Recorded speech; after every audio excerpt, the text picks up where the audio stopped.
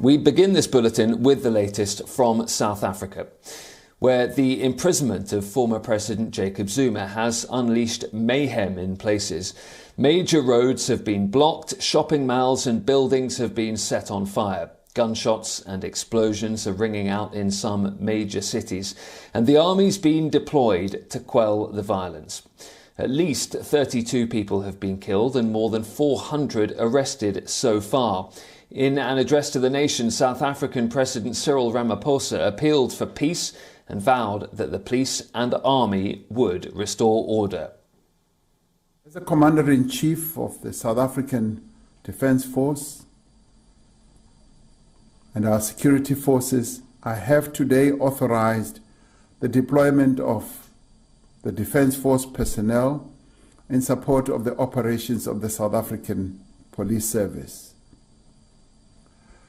The National Joint Operation and Intelligence Structure, known as NetJoints, has intensified deployments in all the affected areas.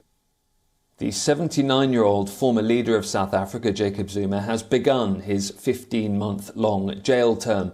Zuma led the country for 9 scandal-marred years, during which over $35 billion are estimated to have disappeared from state coffers.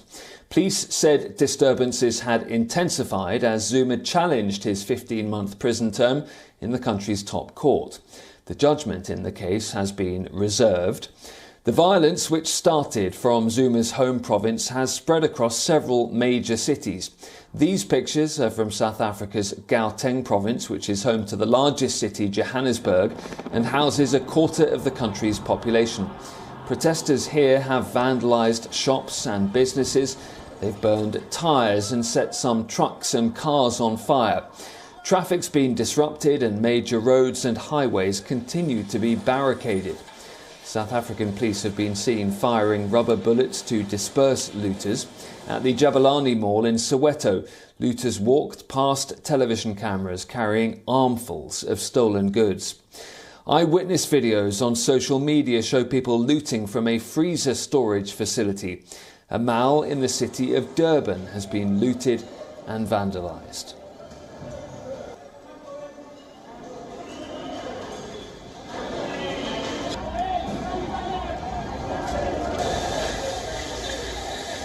A large building in the city of Pietermaritzburg has been set ablaze by protesters. Images on social media show a large fire burning, the thick clouds of smoke seen from a highway at the KwaZulu-Natal province.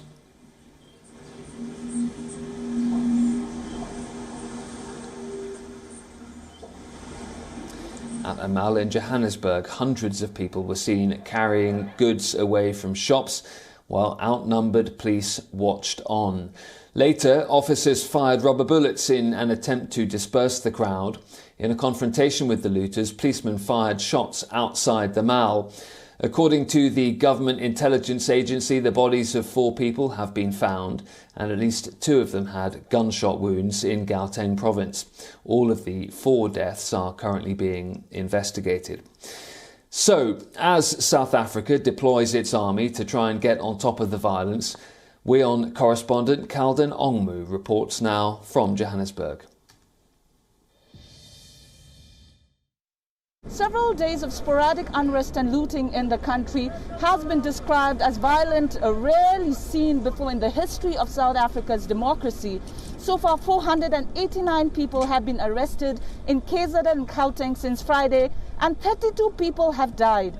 President Ramaphosa, in his address late Tuesday, said he would mobilize all available resources and capabilities to restore order in the country. He said members of SANDF have been deployed to assist the police.